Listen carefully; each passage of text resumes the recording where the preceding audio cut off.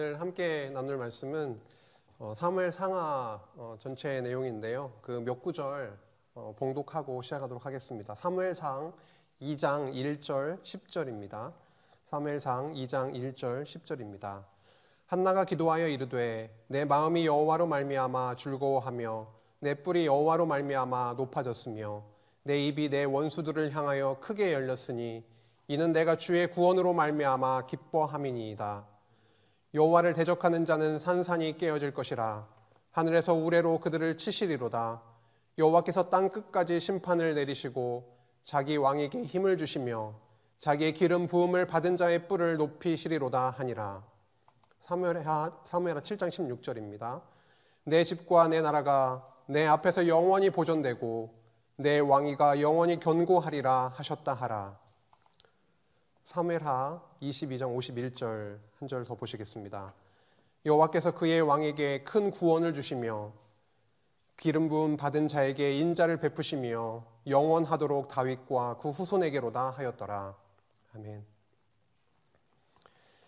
여러 달에 걸쳐서 저희가 사무엘 상하 말씀을 함께 나눴습니다. 지난 시간까지 사무엘하를 마무리하게 되었는데요. 오늘은 전체적으로 정리하는 시간을 가지도록 하겠습니다. 지난 여러 달 동안 나눴던 말씀들이 저희들 마음 가운데 잘 정돈이 되고 우리의 영혼을 살찌우는 영적 생명의 양식으로 우리 마음에 담겨지기를 바라게 됩니다. 사무엘서가 단순히 구약 역사 기록이 아니라 그리스도를 통해 성취된 언약의 말씀임을 다시 한번 저희가 확인하게 되면서 풍성한 복음을 함께 누리기를 원합니다. 사무엘 상하 주제 기억하십니까? 사무엘 상하 주제는 다윗 왕국의 창건이었습니다. 여호와께서 다윗 왕국을 세워가시는 것이죠. 여호와께서 그 언약을 세우셨는데요. 창세기 1장 28절 하나님의 나라에 관한 언약도 기억하실 터이고 49장 10절 야곱을 통해서 해주셨던 유다 지파를 통해 왕을 보내주실 것이다라고 하는 그 언약의 말씀 기억하실 것입니다. 그 언약의 말씀대로 다윗 왕국을 준비하시고 그리고 세우시고 보호하심에 관한 말씀이 바로 사무엘 상하의 말씀이었습니다. 그 과정에서 엘리 뒤에 누가 등장이 되죠? 엘리 뒤에 사무엘이 등장이 되고 그 다음에 사울 뒤에 다윗이 등장이 되죠. 그렇게 등장이 되면서 긴장감이 고조되었었습니다. 사무엘 상하는 지금 되돌아보면은 정말 한편의 드라마와도 같았습니다. 분명히 다윗이 그 드라마의 중심 인물이었던 것은 사실입니다. 그러나 이를 통해서 다윗 왕을 그 인간 다윗 왕을 띄우는 것이 목적이 아니라 살아계신 여호와 하나님 계시가 그 목적이었습니다. 다윗이 승리할 때든지 아니면 다윗이 기나긴 시련 가운데 있을 때든지 동일하게 여호와 하나님 계시가 목적이었다라는 것이죠. 이를 위해서 하나님은 언약적 드라마를 연출하셨던 것입니다. 이러한 사무엘 상하 말씀이 우리 성도들에게 있어서 매우 중요한 말씀이라고 하겠는데요. 왜일까요? 제가 한 4가지 정도로 한번 정리를 한번 해보았습니다. 우선은 왕이 없어서 굉장히 혼란하고 고통 속에 지내고 있었던 그 사사시대를 지나서 이제부터는 여호와께서 세우시는 그 왕을 통해서 통치하시는 그 시대를 여는 말씀으로써 우리의 참 왕이신 예수 그리스도를 바라보게 하시는 그 언약의 말씀이기 때문에 그렇습니다.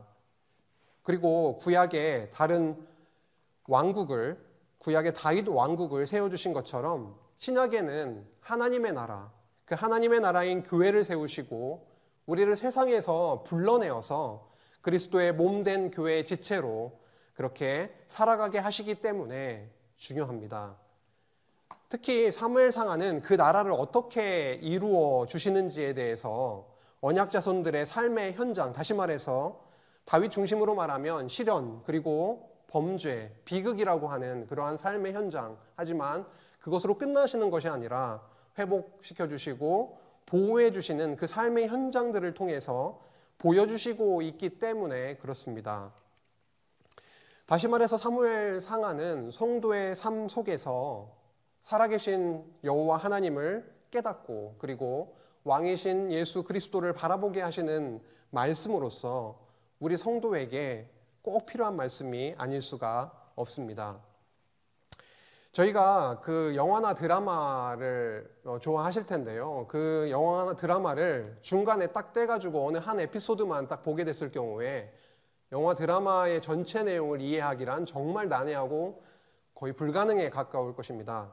사무엘 상하도 마찬가지죠. 성경 전체의 그림 속에서 보게 될 때에 그 전체 속에서 그 의미를 저희들이 파악을 하게 됩니다. 저희가 성경을 읽는 관점이 언약과 성취의 관점이죠. 여호와께서 하나님의 나라를 언약을 하시고 그 다음에 성취하심을 통해서 하나님이 정말 살아계시고 그리고 그 하나님이 어떠한 분이신지를 저희들에게 보여주심으로써 그를 경외하고 찬양하게 하십니다. 언약하신 하나님의 나라가 이루어지려면은 자손도 필요하고 그 다음에 땅도 필요하고 통치자, 왕도 필요합니다. 그런데 앞서 이미 자손도 번창시켜 주셨고 땅도 차지하게 해주셨죠. 이제는 다윗을 보내셔서 룻기로부터 시작을 해죠. 룻기, 사무엘상하, 열왕기상하, 역대상하, 에스라, 느헤미야, 에스더서 그 통치 언약을 성취해 나가시는 그런 과정인데요. 저희는 네모칸이 잘못됐네요. 사무엘 상하에 와 있어야 되는데 저희는 오늘 사무엘 상하의 말씀을 보게 됩니다. 그래서 왕을 세워주시고 그리고 그 왕을 통해서 또 나라를 통치해 나가시는 그런 내용을 이끌어 가시게 되는 것이죠.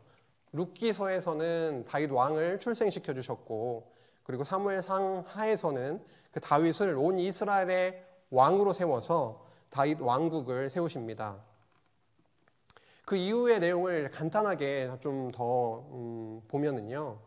다윗의 아들 솔로몬의 통치가 이제 끝나고 나서 나라가 남북으로 갈라지죠. 그렇게 되는데 이탈 왕조인 북이스라엘은 완전히 멸망당하게 됩니다. 그런데 북이스라엘이나 남유다나 동일하게 범죄하거든요. 여호와 하나님을 잊고 버리고 이방 신을 섬기고 산당을 지어서 그렇게 섬기고 제사하고 하는 그 범죄를 저지릅니다. 그렇게 동일한 부패와 범죄에도 불구하고 남유다 같은 경우에는 136년을 더 존속하다가 이제 나라는 멸망당하게 되죠. 그런데 그 나라가 완전히 멸망당하는 것이 아니라 다시 회복시키시는 그 보호하시고 회복시키시는 역사가 이어지게 됩니다. 다윗 왕조를 보호해 주시는 게 역대상하의 말씀이고 다시 포로 이후에 다시금 바벨론에서 회복시켜 주시는 내용이 에스라, 느헤미야, 에스더서까지 그렇게 이어지고 있죠.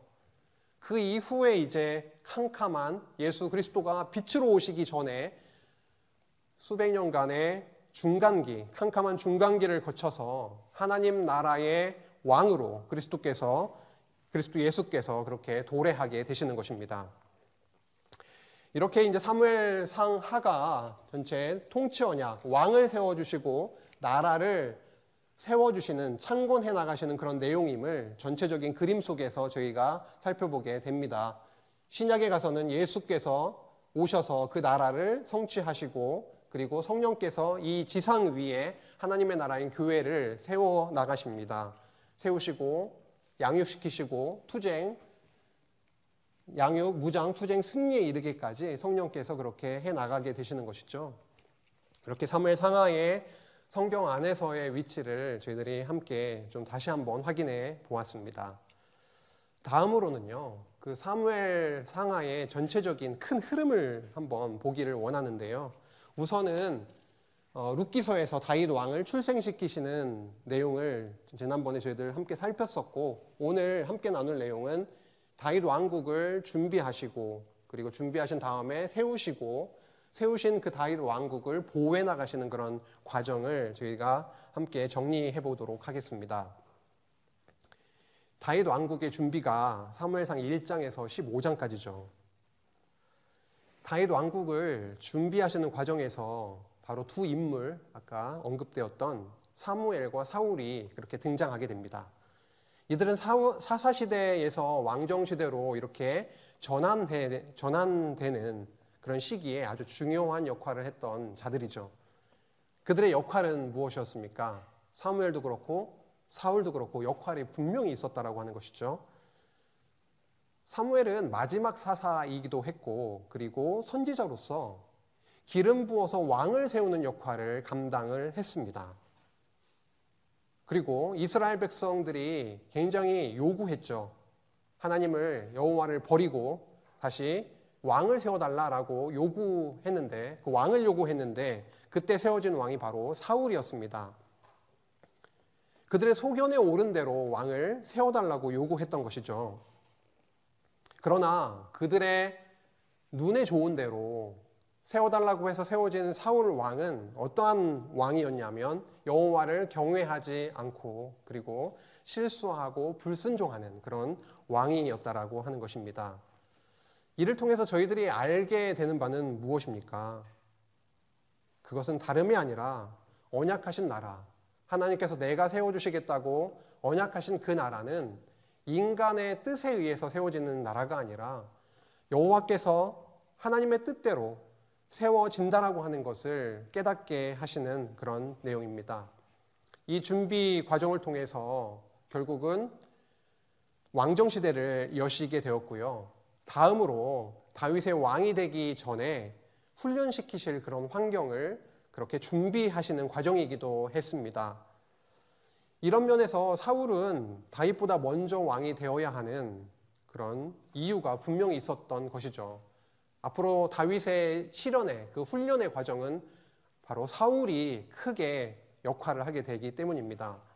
물론 다윗 입장에서는요, 그 사울이 손톱 밑에 가시와도 같았을 테지만 하나님은 준비 과정을 통해 다윗을 연단해 나가시는 스토리를 써가십니다. 그 준비 과정에서 한 가지 짚고 넘어가야 될 그런 부분이 있는데요.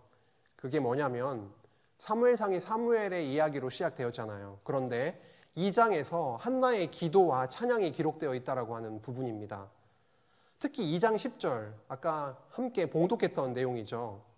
자기 왕에게 힘을 주시며 자기의 기름 부음을 받은 자의 뿔을 높이 시리로다 라고 노래했습니다.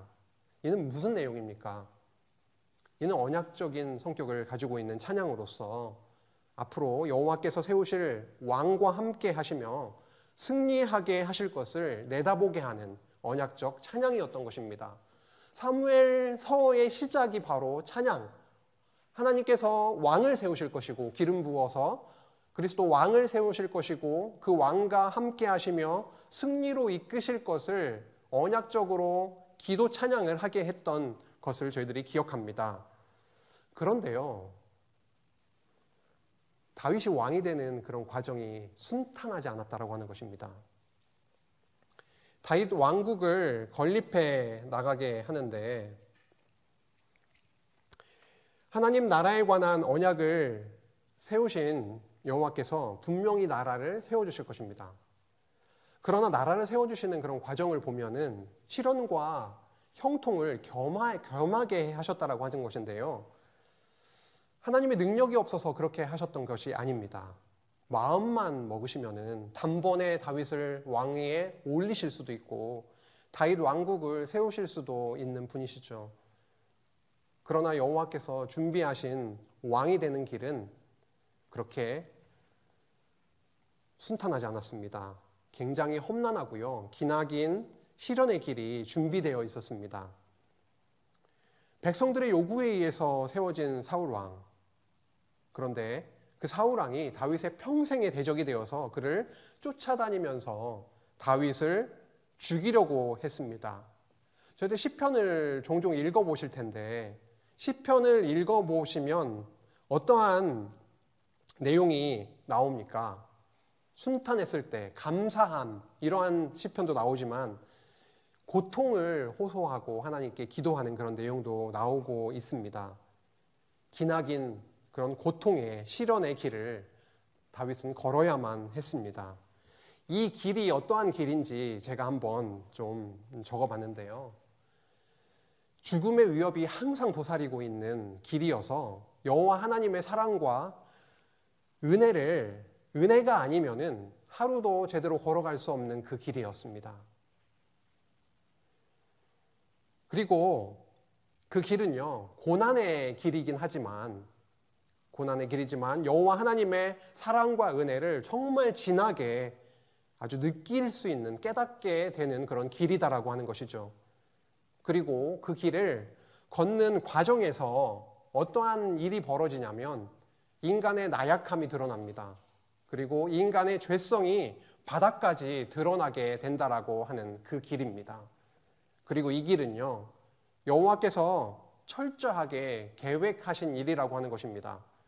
다윗이 오늘은 이쪽으로 가고 내일은 저쪽으로 가고 이렇게 다윗이 뭔가 개척해서 걸어갔던 길이 아니라 하나님께서 사전에 아주 빈틈없이 다윗을 훈련시키시기 위해서 계획하신 길이었다라고 하는 것이죠.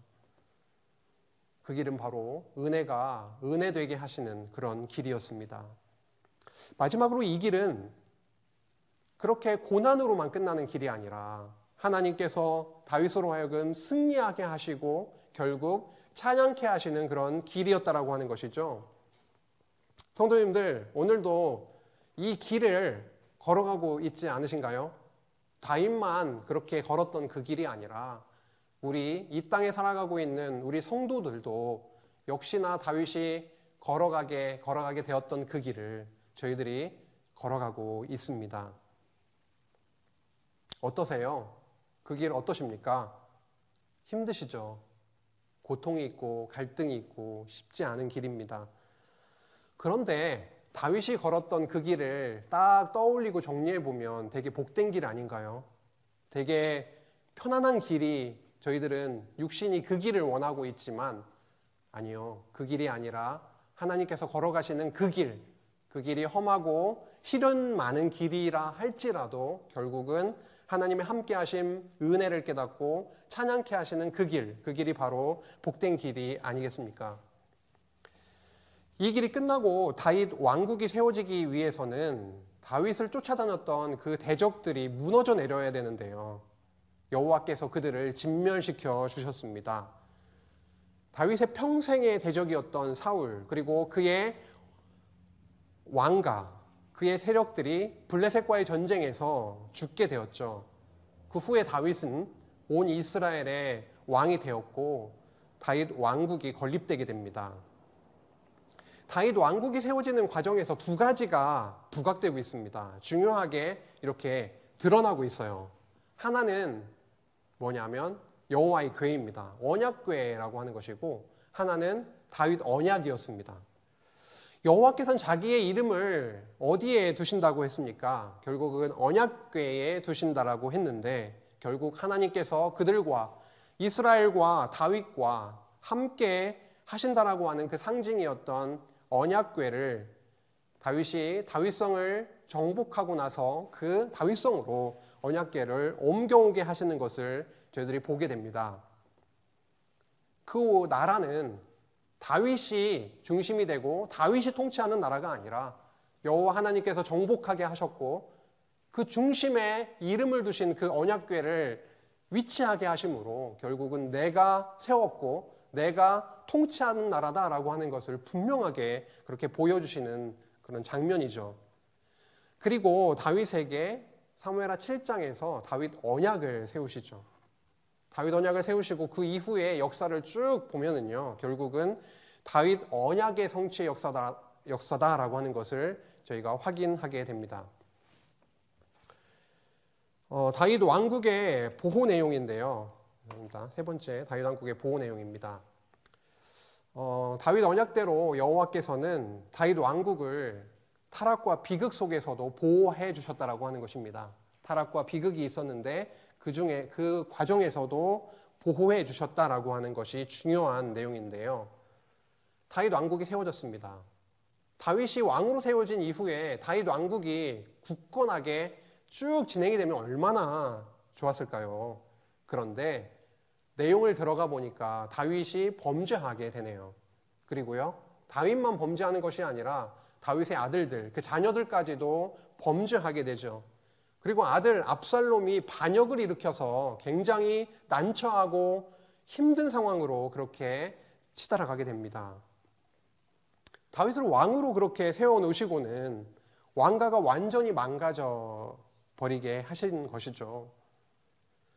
다윗이 왕이 되는 과정에서도 그렇게 시련을 주시고 어려움을 주시더니만 다윗 왕국을 세워지게 하신 이후에도 범죄와 비극의 과정을 두시더라는 것이죠. 왜일까요? 그 이유는 나라의 건국과 통치가 여호와의 자비와 은혜로만 가능하다라고 하는 것을 깨닫게 하시는 과정으로 이해가 됩니다. 아무 문제 없이 왕국이 굳건히 세워지게 되면은 다윗이 자기의 능력으로 그렇게 된 줄로 착각할 수 있는 이유가 충분합니다. 인간이기 때문이죠. 그렇게 되면은 은혜와 감사가 있을까요? 그렇지 않을 것입니다. 오히려 탐욕의 우상에 빠져서 허우적될 가능성이 아주 다분했겠죠. 그래서 여호와께서는 다윗의 죄악을 아주 낱낱이 드러나게 하시는 그런 과정을 두셨습니다. 다윗의 그 죄악된 모습만 보면은 다윗이 멸절당해서 마땅한 자였죠. 그러나 하나님은 언약에 신실하신 분이시고 다윗 언약을 세우셨고 그의 나라와 그의 왕위를 영원히 견고하게 해주시겠다라고 하신 그 언약대로 자비를 베푸시고 여호와께서 다윗의 자손을 다윗 왕가를 끝까지 보호하시는 그 은혜를 베푸심으로 그렇게 보호해 주셨습니다. 이렇게 타락과 비극 속에 있는 다윗을 회복의 길로 인도하십니다. 이 과정을 통해서 다윗의 입에서 여호와를 향한 찬양이 터지죠. 풍성한 찬양이 터져나오게 하십니다. 사무엘하 22장 말씀이죠. 그런데 사무엘 24장으로 넘어가면 어떤 내용이 나왔었습니까? 지난 시간에 함께 나눴던 내용인데요. 24장으로 넘어가면 다윗의 범죄가 사건이 나오죠. 여호와 하나님을 의지하는 것이 아니라 사람의 머리를, 군사력을 의지하는 다윗이 인구조사를 하게 하는 그런 내용이 나왔었습니다. 그리고 그러한 범죄로 인해서 전염병으로 매를 맞게 되지만 결국 제사를 드리게 하심으로 용서하시고 그 모든 것이 나라가 세워지고 나라가 통치되고 보호되는 이 모든 과정이 여호와 하나님의 은혜임을 거듭 깨닫게 해주셨습니다. 이렇게 사무엘 상하의 말씀이 끝이 나게 됩니다. 이를 통해서 어떤 하나님을 저희는 만나게 되었나요? 지금 사무엘상 1장부터 사무엘하 24장까지를 요약을 해봤는데 사실 여러 시간 동안 살펴봤던 거기 때문에 기억에 다 나지 않을 것입니다. 하지만 이를 통해서 어떠한 하나님을 저희가 만나느냐라고 하는 것이죠.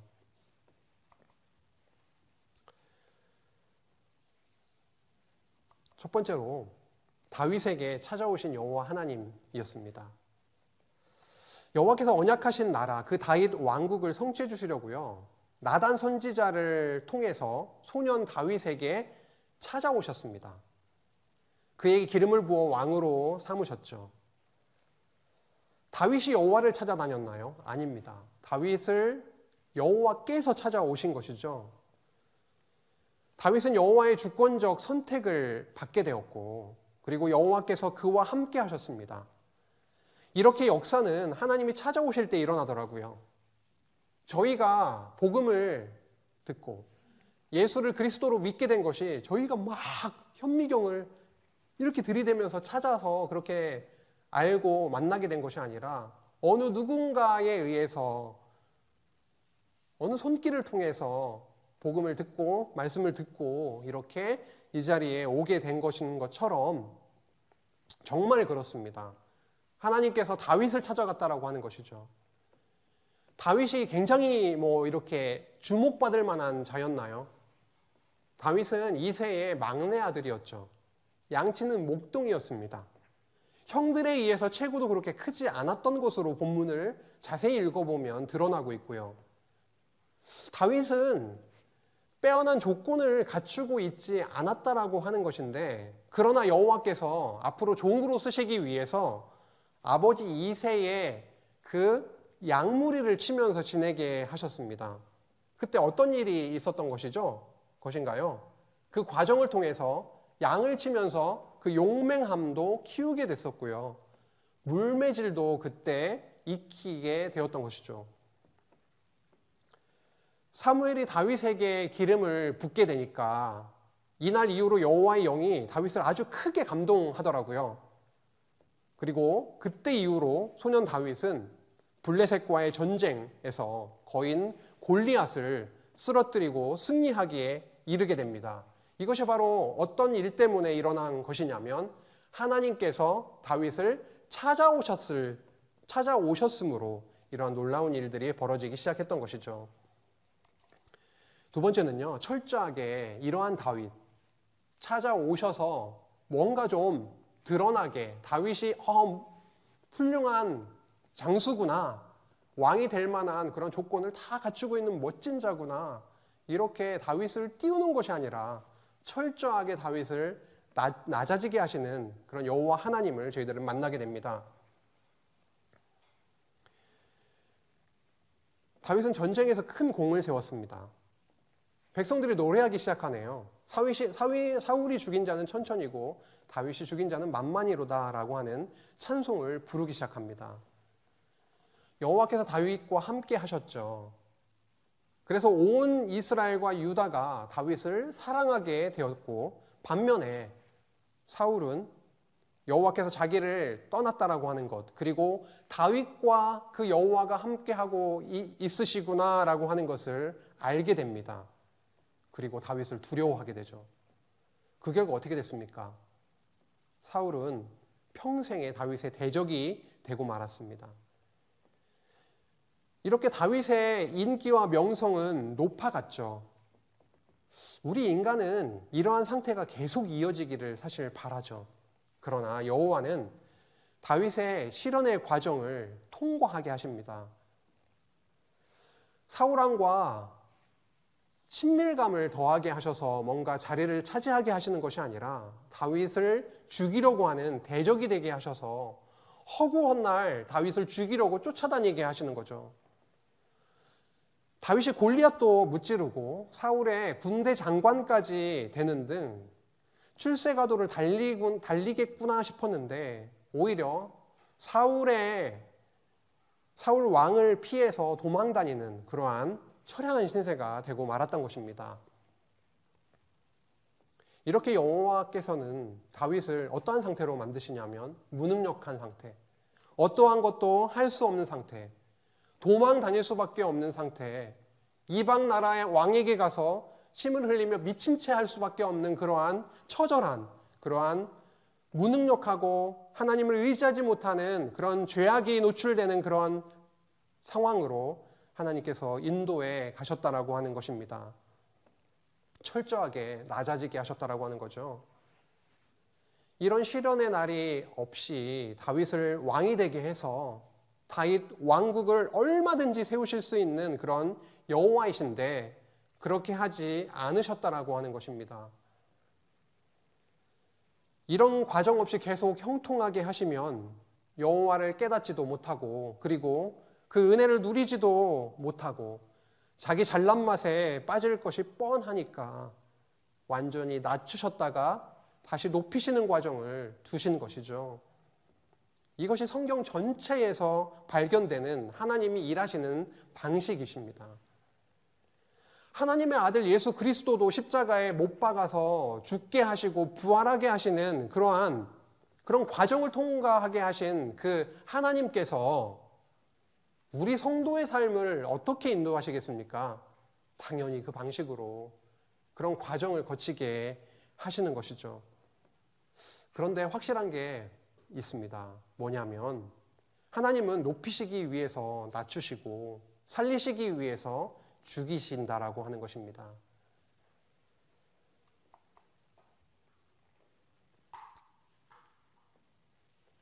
그러한 과정을 이루어 가시는 것은 다름 아닌 언약을 성취해 가시는 여호와 하나님이시다라고 하는 것인데요.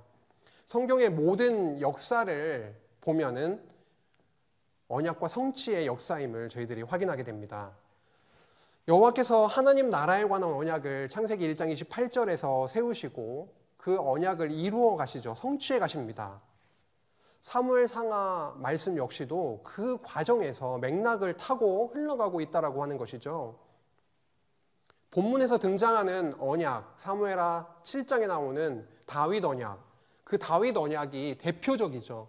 다윗 언약이 사무엘 상하에서 나오는 대표적인 언약이지만 그 언약의 전체적인 흐름, 아담 언약으로부터 하나님 나라에 관한 언약으로부터 아브라함에게 그리고 모세의 율법 언약을 세우시고 다윗 언약을 거쳐서 새 언약을 통과하여 그리스도께서 이루어 주시는 이러한 전체적인 언약의 흐름 속에서 사무엘 상하를 읽어야 한다라고 하는 것입니다.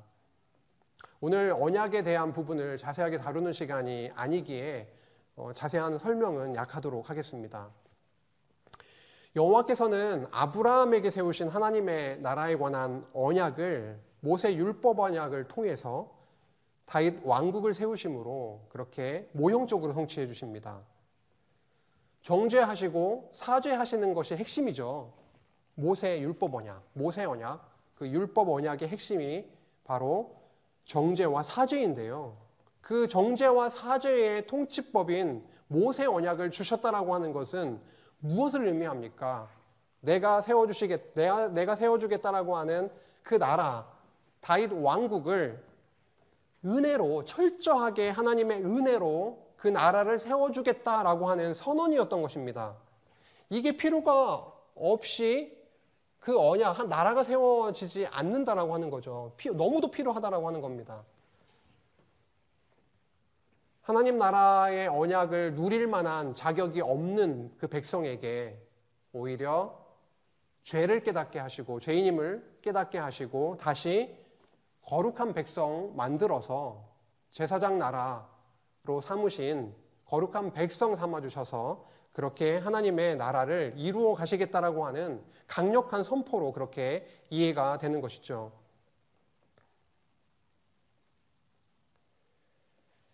그런데 은혜로 깨닫기 위해서 필요한 과정이 있잖아요. 그게 뭐냐면 자신이 죄인임을 깨달아야 된다라고 하는 것이죠. 그래서 그 죄악이 철저하게 노출되는 실현의 과정을 하나님이 다윗에게 주셨던 것입니다. 이러한 관점, 이러한 언약적 관점이 아니고서는 다윗의 인생을 어떻게 이해할 수가 있을까요? 다윗이 끊임없이 그렇게 이어졌던 실현의 과정, 그리고 흉악한 범죄,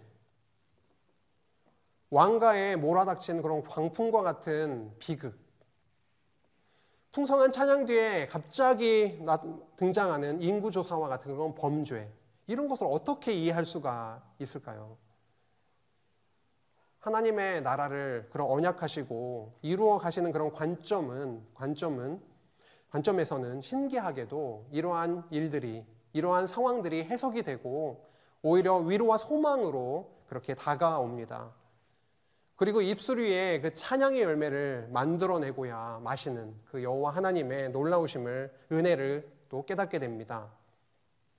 혹시가 아니죠. 많은 성도님들이 다윗과 같은 시련과 고난 가운데 있으실 것입니다. 성도님들을 생각하면서 기도도 하는데 육신적으로 보면은 굉장히 안타깝죠. 그리고 마음이 찡합니다. 그런데 오늘 사무엘 상하 말씀을 통해서 이렇게 다시 한번 깨닫고 보니까 하나님께서 우리를 사랑하셔서 아버지의 은혜와 사랑을 더 깊이 깨닫고 결국은 감사, 찬양을 부르게 하시기 위한 그런 과정이 그런 시련이구나라고 하는 것을 생각할 때 단순히 찡하다, 안타깝다 이런 것보다 그것을 넘어서서 함께 기도하고 함께 지체로 묶어져서 정말 하나님이 어떠한 찬양을 우리로 하여금 함께 부르게 하실런지를 소망하고 그렇게 나아가게 되는 것을 또 이렇게 깨닫게 됩니다. 결국 찬양하게 하시는 여호와 하나님을 저희들이 만나게 되는데요. 몇 번 언급을 드렸지만 사무엘의 처음 시작과 끝이 찬양으로 되어 있습니다. 풍성한 찬양이 울려 퍼지고 있는 것이죠. 사무엘상 2장에서는 한나의 찬송, 그리고 사무엘하 22장에서는 다윗의 그런 찬송이 울려 퍼지고 있습니다. 그런데 참 신기한 게 있어요. 한나도 그렇고 다윗도 그렇고 찬양할 만한 그런 상황이었습니까? 현실만 놓고 보면은 글쎄 그렇게 찬양할 만한 것인가? 물론 이제 전체적인 그림을 놓고 보면 찬양으로 이어지는 것이 당연하구나, 그렇구나 이렇게 이해가 되지만 다윗과 한나가 처해 있었던 그런 고난의 현실을 이렇게 쳐다볼 때는 찬양할 수 없는 그런 상황이었음에도 결국 그들이 찬양을 하고 있다라고 하는 사실이 저희들을 놀랍게 만듭니다. 공고함과 시련이 있을 때 기도가 이어지죠. 그리고 그 과정에서 하나님의 도우심과 은혜를 저희가 체험하고 깨닫게 되죠. 그리고 나서 우리의 입술 위에는 찬양의 열매가 그렇게 맺어지게 됩니다. 그런데 시편을 읽어보면요, 다윗이 항상 기쁘고 감사하는 그런 시편만, 노래를 찬양만 했던 것이 아니었다라고 하는 것을 발견하게 되는데요. 힘들어서 울부짖는 탄식시도 있고요. 그리고 원수들을 제발 좀 물리쳐달라고 하는 간구시도 있고요. 이런 것을 볼 때 우리가 처한 상황에서 우리의 마음 속에 있는 그대로를 하나님께 내어놓는 것, 하나님께 표현하는 것, 이것이 기도이지 않나 싶습니다. 하나님은 이러한 성도의 기도를 통해 기도를 찬양으로 받아주실 것입니다. 우리의 생활 가운데 감사와 찬양이 하나님의 놀라우신 역사로 말미암아서 넘치게 되기를 바랍니다. 다음으로 그리스도를 저희가 사무엘 상하를 이렇게 좀 읽고 총정리를 하고 있는데요. 본문을 그때그때 할 때 물론 이 말씀이 오실 그리스도를 내다보게 합니다. 그리스도께서 이 말씀을 성취해 주셨습니다. 이것이 바로 복음입니다 라고 하는 그런 부분들이 나누어지긴 했지만 종합적으로 이렇게 살펴보진 못했었습니다. 오늘 사무엘상하를 통해서 바라보게 되는 그리스도를 함께 나누고자 하는데요. 사무엘상하 말씀은 여호와께서 언약대로 다윗 왕국을 준비하시고 세우시고 보호하신 역사 섭리였다라고 하는 것 앞에서 확인했습니다. 표면적으로 보면은요, 다윗 왕을 중심으로 한 역사로 보이죠. 그런데 실상은 여호와 하나님 중심의 언약 성취의 역사였다라고 하는 것. 더 나아가서 누가복음 24장 44절을 확인해 보면은 구약의 모든 말씀이, 구약 성경이 예수 그리스도에 의해서 성취될 말씀이다라고 하는 것을 저희들이 보게 됩니다. 결국 사무엘 상하의 말씀도 그리스도를 통해서 성취하실 말씀이구나, 언약이구나라고 하는 것을 저희들이 깨닫게 되는 것이죠.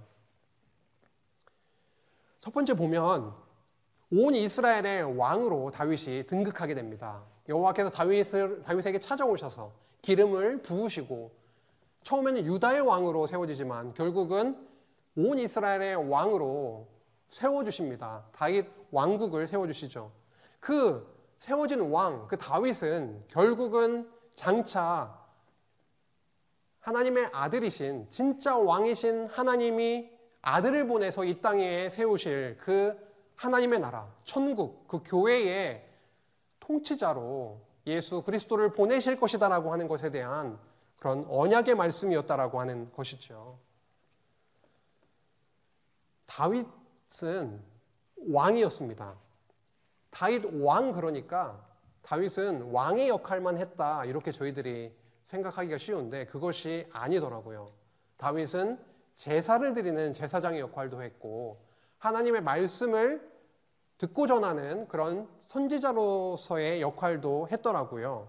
왕은 너무도 저희들이 지금 보고 있고, 제사장은 사무엘하 24장에서 저희들이 아라우나의 타작마당에서 제단을 쌓고 번제를 드리는 그 본문을 확인했기 때문에 또 알 수가 있고요. 다윗이 선지자라고 하니까 굉장히 낯선데 사도행전 2장 30절 31절에 보면 이런 말씀이 나옵니다. 다윗은 선지자라 하나님이 이미 맹세하사 그 자손 중에서 한 사람을 그 위에 앉게 하리라 하심을 알고 그 한 사람을 그 위에 앉게 하시리라. 예수 그리스도를 말씀하고 있는 거죠. 그걸 예언을 하고 있는 것입니다. 선지자인 다윗이 말이죠. 31절 미리 본고로 그리스도의 부활을 말하되 그리스도의 부활에 대해서도 그렇게 예언을 했다라고 하는 것입니다. 그가 음부에 버림이 되지 않고 그의 육신의 썩음을 당하지 아니하리라 라고 예언했던, 시편을 통해서 예언했던 그 다윗은 선지자이기도 했다라고 분명히 사도행전에서 밝혀주고 있습니다. 이러한 다윗, 삼직을 수행했던 그 다윗은 참 왕으로 이 땅에 오셔서 결국은 선지자, 왕, 제사장으로서의 삼직을, 그리스도의 삼직임을 온전하게 다 성취하셨다라고 하는 것이죠.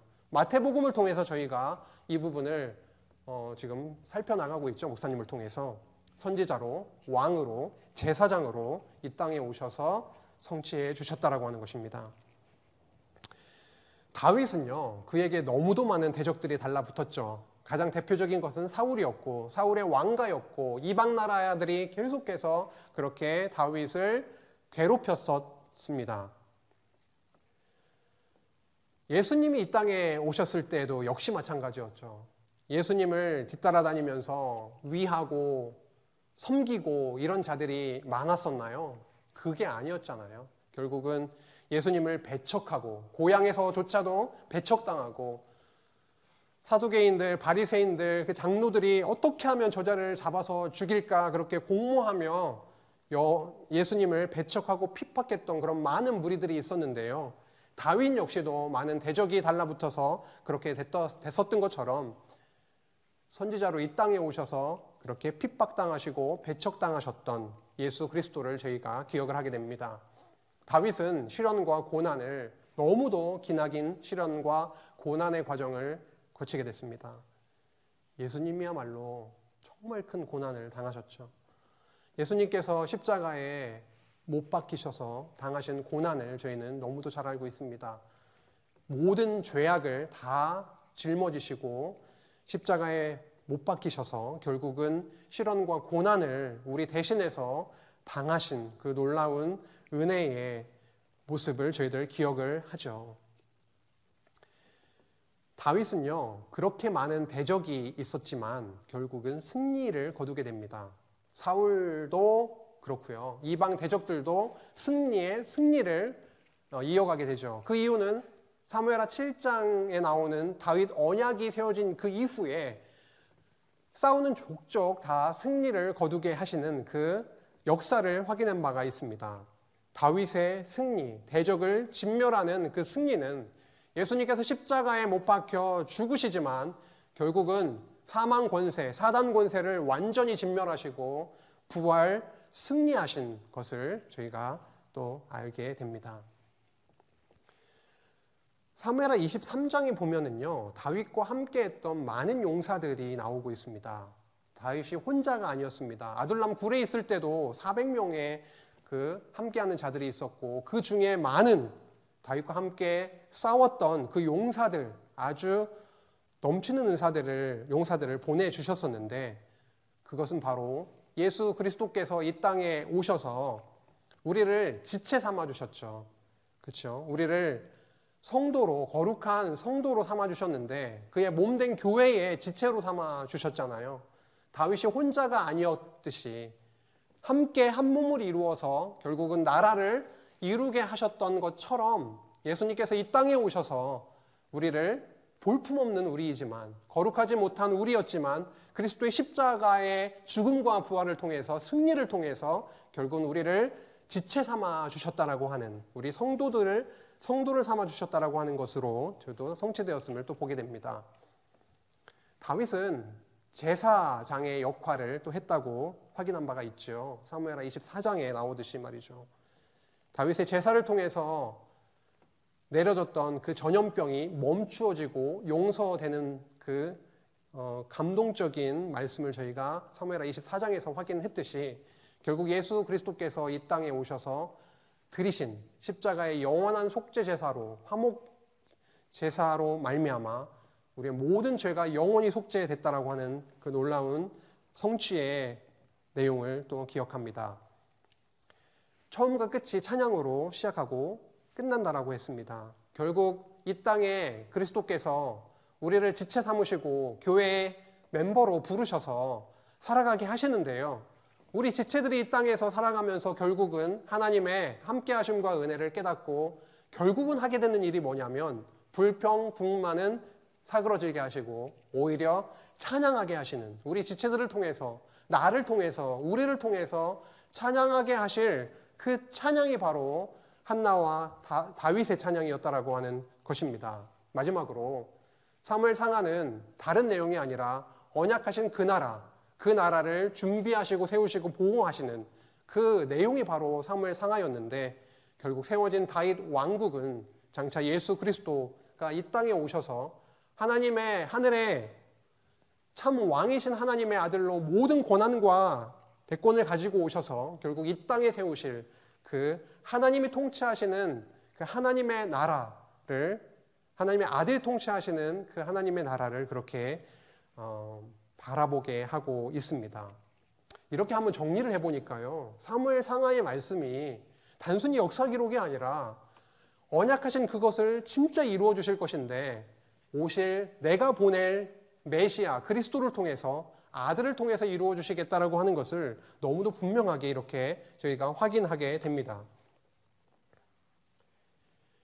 동시에 그리스도 안에서 우리 언약 자손이 누리게 될 하나님의 나라에 관한 말씀이 바로 사무엘 상하이구나라고 하는 것을 깨닫게 되는 것이죠. 사무엘 상하 본문의 말씀은 언약하신 하나님의 나라인 교회를 이 땅에 세워주시되 그리스도 예수의 십자가와 고난과 부활을 통해서 이루어 주시고 함께 동역하게 하신 지체들과 더불어서 그 은혜의 영광을 찬양하게 하실 말씀으로 그렇게 읽힙니다.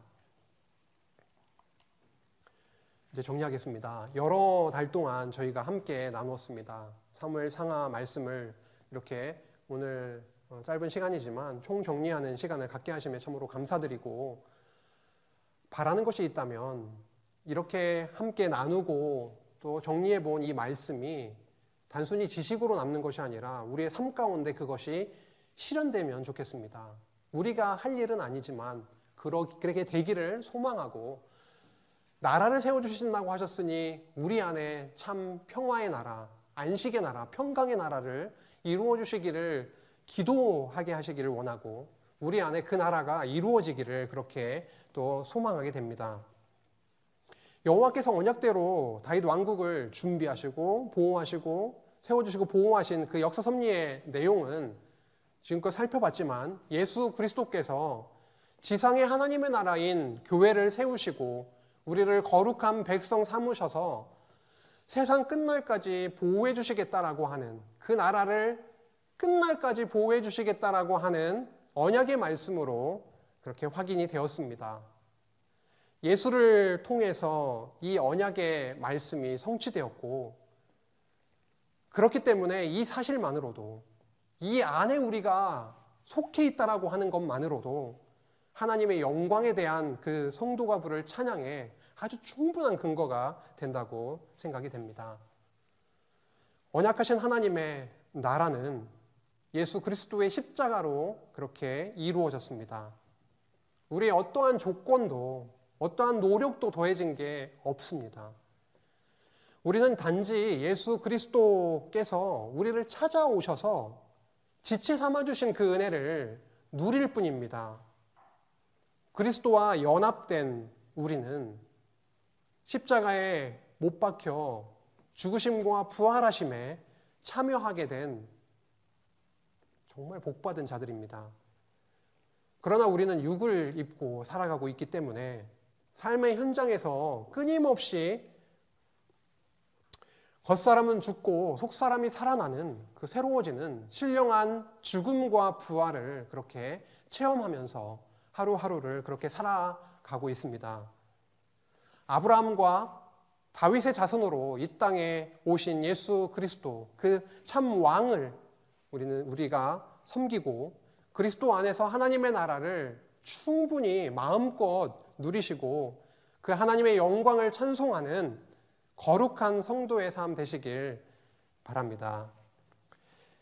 기도하시겠습니다. 하나님, 감사합니다. 하나님의 나라를 언약하시고 이 땅에 하나님의 나라인 교회를 세우셔서 우리를 부르시고 거룩한 백성 삼아주시니 너무도 감사합니다. 하나님의 나라의 그 복을 누릴 만한 자들이 아닌데 영원토록 영원한 하나님의 나라를 꿈꾸며 소망하며 살아가는 저희들로 불러주시니 너무도 감사합니다. 우리 안에 담아주신 그 보화를 잊지 아니하고 이 생명 다할 때까지 하나님을 바라보며 실현의 과정, 광야와 같은 삶의 여정이지만 하나님만을 의지하고 한 걸음 한 걸음 인도하심 따라 걸어가는 하나님의 백성으로 주님께서 인도해 주시고 걸어갈 힘을 주시며 우리를 앞서 이끌어 주실 하나님을 또한 기대하고 찬양하며 예수님의 이름으로 기도했습니다. 아멘.